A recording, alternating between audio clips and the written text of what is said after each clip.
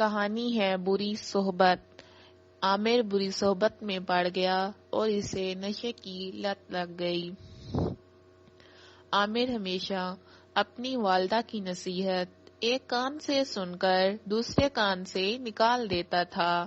سب گھر والے اس کی اس عادت سے بہت تنگ تھے اور گھر کی ساری جمع پونجی اپنے نشے کی عادت میں صرف کر دیتا۔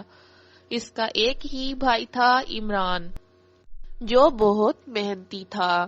اپنے والد کی وفات کے بعد عمران نے اپنی تعلیم ادھوری چھوڑ کر گھر کا خرچہ سنبھال لیا۔ وہ صبح سویرے کام کی تلاش میں گھر سے نکل جاتا اور شام کو واپس لوٹ آتا، لیکن عامر بری صحبت میں پڑ گیا اور اسے نشے کی لت پڑ گئی۔ اس کے گھر والے بہت سمجھاتے لیکن اس کے کان پر جوں تک نہ رینگتی۔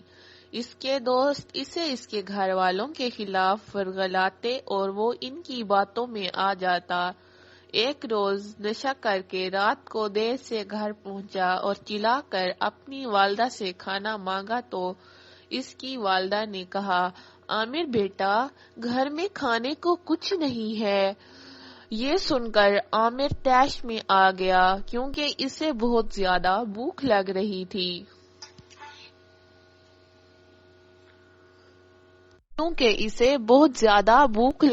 تھی اور چلا چلا کر اپنی والدہ کو برا بھلا کہنے لگا۔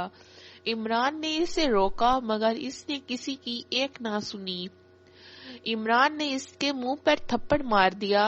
ان کی والدہ یہ دیکھ دیکھ کر بلک بلک کر رونے لگی۔ اگلی صبح عامر کی والدہ نے کہا، پہلے کام کر، رقم لا، پھر گھر میں کھانا پکے گا۔ یہ سن کر عامر آگ بگولا ہو گیا۔ اپنی ماں کو دھکا دے کر وہاں سے نکل گیا۔ جب وہ اپنے دوستوں کے پاس پہنچا تو اس کے پاس پیسے نہ ہونے کی وجہ سے اس کے دوستوں نے اس سے جھگڑا کیا اور اسے اتنا مارا کہ وہ زخمی ہو کر زمین پر گر پڑا۔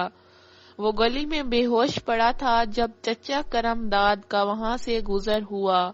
انہوں نے عامر کو اس حالت میں پایا تو وہ اسے ہسپتال لے گئے اور انہوں نے عامر کی والدہ کو بھی اطلاع دی تو وہ بہت پریشان ہوئی۔ جب عمران واپس آیا تو وہ بہت خوش تھا اور اس کے ہاتھ میں مٹھائی کا ڈبہ تھا تو اس کی ایک فیکٹری میں نوکری لگ گئی تھی۔ اس کی والدہ بہت خوش ہوئی لیکن جب انہوں نے عامر کے بارے میں بتایا تو وہ دونوں بہت پریشان ہو گئے۔